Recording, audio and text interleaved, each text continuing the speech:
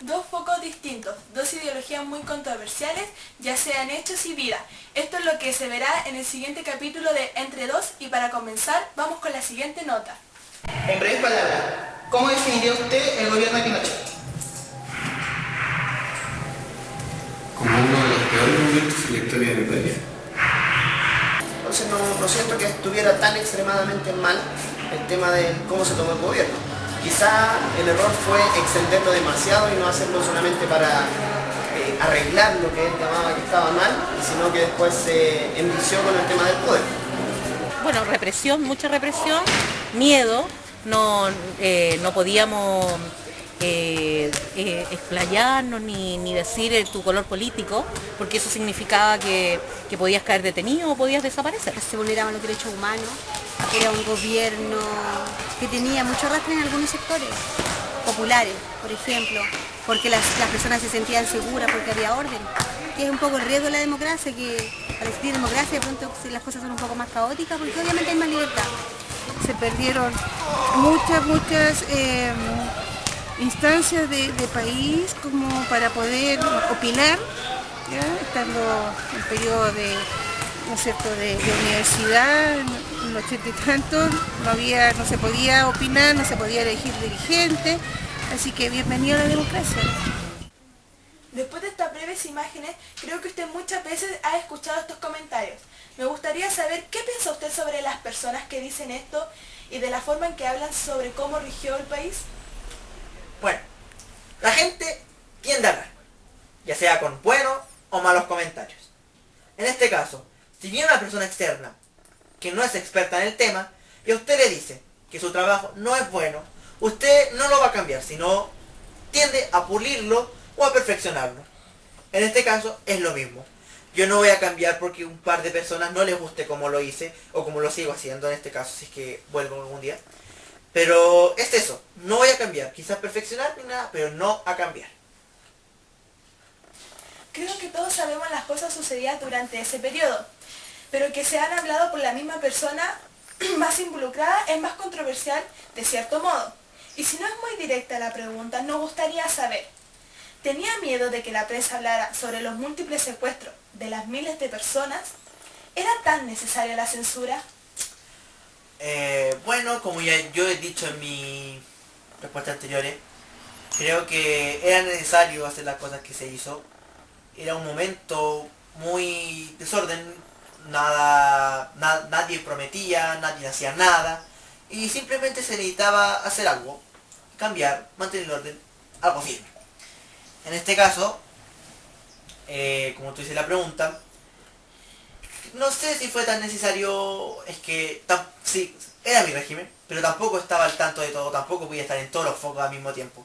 Así que tampoco controlaba mucho la televisión. Sí, hay que admitir, también tenía mi mano ahí, pero no el 100%. Si las prensa, los medios de comunicaciones, no querían mostrar lo malo, si es que se le puede decir malo, porque yo no encuentro que fuera malo, si solo ellos no querían mostrar eso, era cosa de ellos, porque quizás encontraban que no era ético mostrarle ese tipo de cosas al público, en sus casas la gente. Entonces se podría decir que usted pagaba a la prensa para que se escondieran sus acciones ilícitas y las miles de violaciones contra los derechos humanos que se provocaron durante su gobierno. Bueno, creo que eso es como ya un poco más, no tan sutil, pero yo creo que en todos los gobiernos la gente, o sea, los presidentes meten cierta mano dentro de la prensa, pero esto no es como pagar para que no mostraran los actos ilícitos, es un poco de filtración para ver lo que era correcto o no mostrar a la gente, y solamente eso diré. Algo que nos parece bastante curioso es el miedo que se presentaba en su régimen de parte de las personas. ¿Usted me podría explicar a qué se debía todo ese miedo en los ciudadanos? Usted ya estaba al tanto, claramente, pero ¿era una medida o simplemente se dio y usted aprovechó esta situación? No sé si era miedo propiamente tal. Yo creo que era más respeto porque esta gente, hay que decirlo, esta gente es como delicada y en el momento en que uno pone cierto mano dura para controlar el alboroto que se vive, esta gente como que se pone algo violenta y intenta arremeter contra uno. Bueno, y contestando a su pregunta, creo que no lo aproveché, Creo que se debía tener una mano dura para controlar el proceso, tenía que serse radical, tenía que ser fuerte. Y tampoco, como vuelvo a reiterar, yo creo que no era miedo, sino respeto. Sabían el poder que uno tenía. Entonces, preferían mantenerse al margen en vez para no sufrir las consecuencias.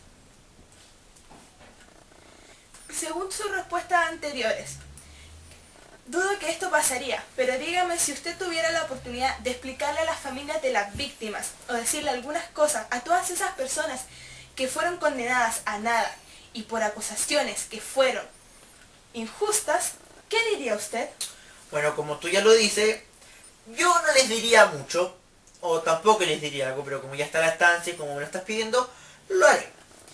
Vuelvo a repetir, a reiterar, las cosas que se hicieron en mi régimen fueron por algo, fueron para ayudar a mantener un orden, y creo que se logró exitosamente.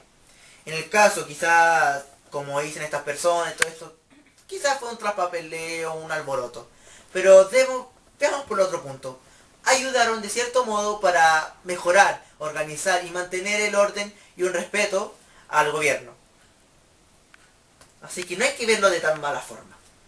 Antes de concluir, quisiera saber qué opina usted sobre el supuesto suicidio del expresidente Salvador Allende. Bueno, yo también soy persona y también veo la televisión, que no sé si se ha confirmado si fue un suicidio o si fue asesinado. No sé el tema en seguridad. Pero sí, bueno, como dice, si me pregunta por su suicidio, yo creo que fue débil. Las personas débiles son así. Quizás no pudo soportar todos estos años de gobierno. Y sabía que no iba por un buen camino. Sabía que el país no estaba en un orden. Y simplemente lo hizo porque las personas no se la pudo. Así como vulgarmente puede decir, no se la pudo. Fue una persona débil. Esto para terminar, y más que nada una pregunta, es un espacio donde usted puede expresar o desahogarse y dar fin con una conclusión, obviamente, sobre el tema o los temas que hemos abordado durante esta pequeña entrevista. Bueno, ya que tú me das el espacio, y esto es como también para responder las preguntas al principio, la gente que comentaba tanto y hablaba, no creo que deberían ser tan malas con estos comentarios malos, ya que es pasado, ya pasó, como ya lo dije, obviamente. Y también deberían estar muy agradecidos por lo que se hizo, porque mucha gente quizás diga que fue violento todas las acciones. Yo prefiero la palabra radical, porque así fue radical. Una mano dura, una mano fuerte que mantuviera el orden. Y eso fue simplemente lo que se hizo. Humildemente lo digo, que fue un buen régimen.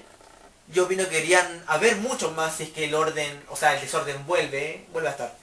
Y eso simplemente, fue un buen tiempo para mantener el orden. Y ahora, si eso no hubiera existido, yo creo que los gobiernos de ahora también serían un desorden total. Y eso. Muchas gracias por esta entrevista. A continuación entrevistaremos a una mujer que quizás no les suene muy conocida, pero que esperamos que luego de esta entrevista la pueda recordar.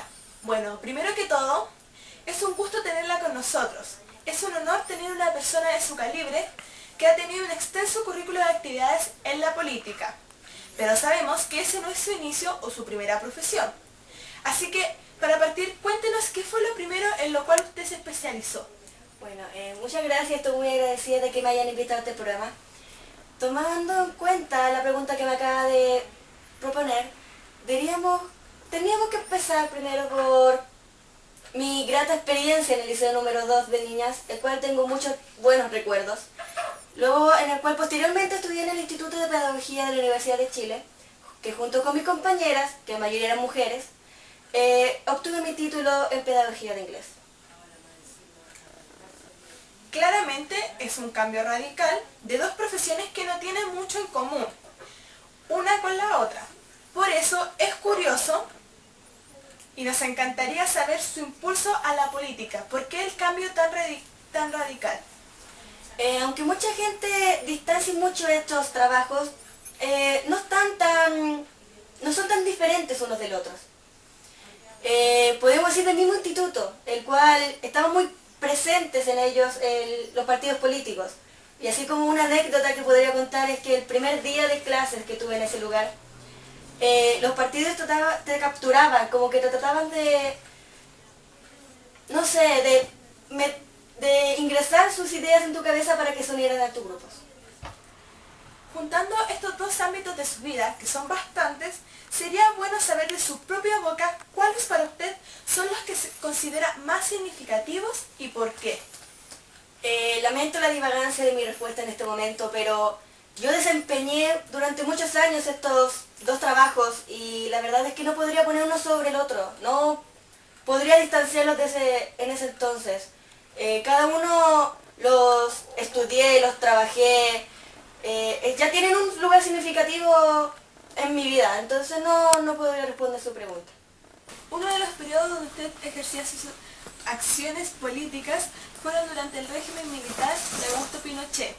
Para usted, ¿cuál es su perspectiva del 11 de septiembre de 1973? Primero que todo, recordar que mi partido político y mi ideología era el socialista, por el cual, cuando pasó esto, nuestros compañeros estaban muy avergonzados de este gobierno. Pero el deseo de sobreponerse a este era inminente. Pero la PUD no tenía los elementos para poder pelear contra un ejército tan grande. Ya que estamos hablando de este tema, díganos, ¿cómo fue su vida durante la dictadura? Bueno, mi vida durante la dictadura es difícil, es doloroso recordar ese momento. Muchos compañeros que dejé de ver durante muchos años, algunos que ni siquiera pude volver a ver. Tuve que salir del país como muchas de otras personas lo hicieron y la verdad es que tuve que buscar refugio ese mismo día en los barrios y bueno, lo demás es una historia muy larga. Y para concluir queríamos saber si tiene algún mensaje para nuestros televidentes.